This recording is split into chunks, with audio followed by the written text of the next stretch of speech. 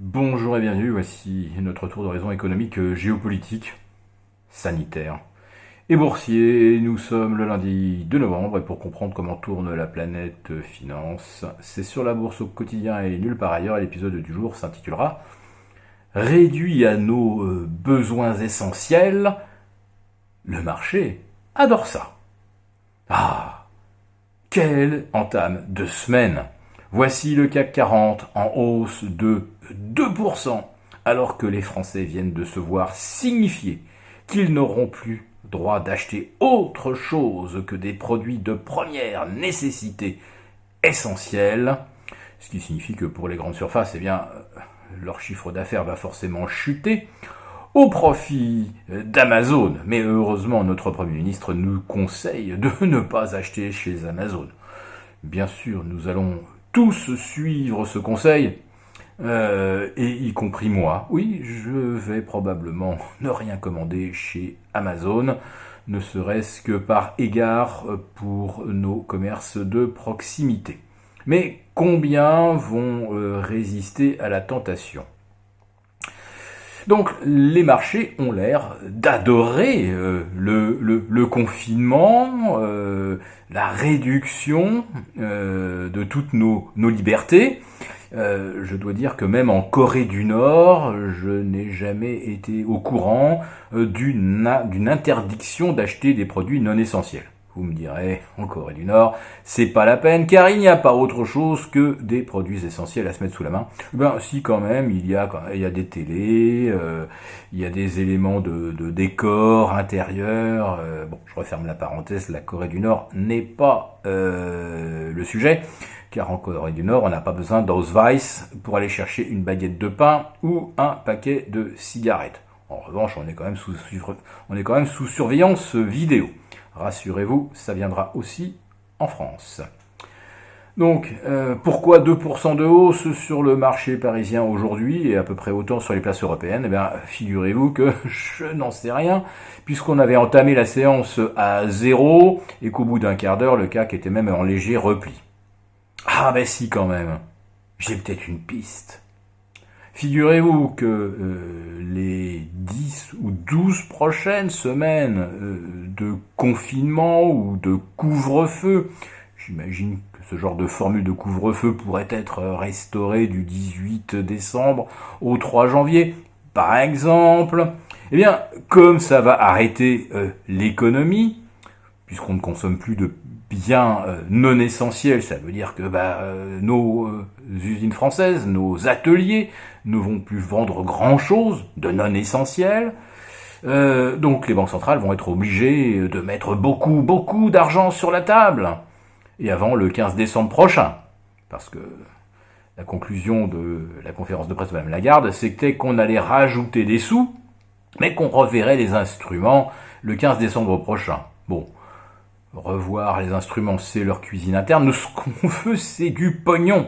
Et Mme Lagarde a indiqué que si les choses se dégradaient au niveau économique, eh bien, la BCE, évidemment, n'attendrait pas le 15 décembre prochain pour agir. Autrement dit, pour imprimer plus d'argent.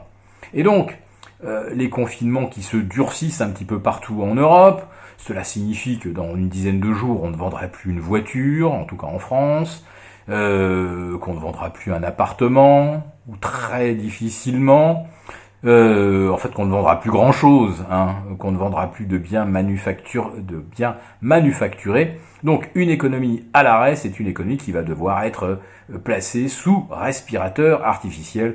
Désolé pour cette analogie. Voilà. Donc les marchés adorent la perspective d'une économie en proie à la récession, car ça veut dire plus de sous pour spéculer.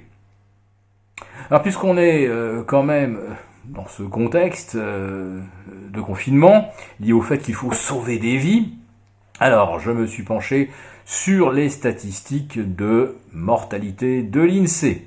Donc en prenant, on va dire, l'angle le plus pessimiste, je dis bien le plus pessimiste, la surmortalité en France de mars à octobre est de plus 23 000 personnes par rapport à la moyenne de 2018 et 2019. Si on prend l'année entière, l'année 2020 pourrait être assez voisine de l'année 2017, où le taux de mortalité lié à la grippe en début d'année avait été très élevé. Alors je précise que cette année, contrairement aux années précédentes, où la grippe fait entre 12 et 22-23 000 décès, cette année la grippe n'en a fait que 3 500. Étonnant, non? Donc, 23 000 décès en plus, manifestement, oui, il y a de la surmortalité. C'est indéniable. Mais est-elle plus effrayante qu'en 2007 ? En 2017, non. Est-elle plus effrayante qu'en 1969 et 1970 ? Alors là, je vous dis 3 fois non. Car à cette époque-là, il y avait eu une surmortalité de plus de 50 000 personnes. Et puis surtout 23 000 décès supplémentaires par rapport à une population de 67 millions et quelques. Cela représente 0,003%. Donc pour 0,03% de surmortalité, l'économie est complètement à l'arrêt. On porte des masques pratiquement en toutes circonstances. Il y a même un médecin qui recommande aux adolescents de le porter à domicile et de ne pas dîner avec leurs parents. Je me demande comment ou quel sera l'état des poumons de ces jeunes s'ils portent le masque 18 heures par jour à respirer leur propre miasme. Voilà. Je pense qu'on est en plein délire, mais ça a l'air de beaucoup plaire au marché, donc avec cette hausse de 2% du CAC.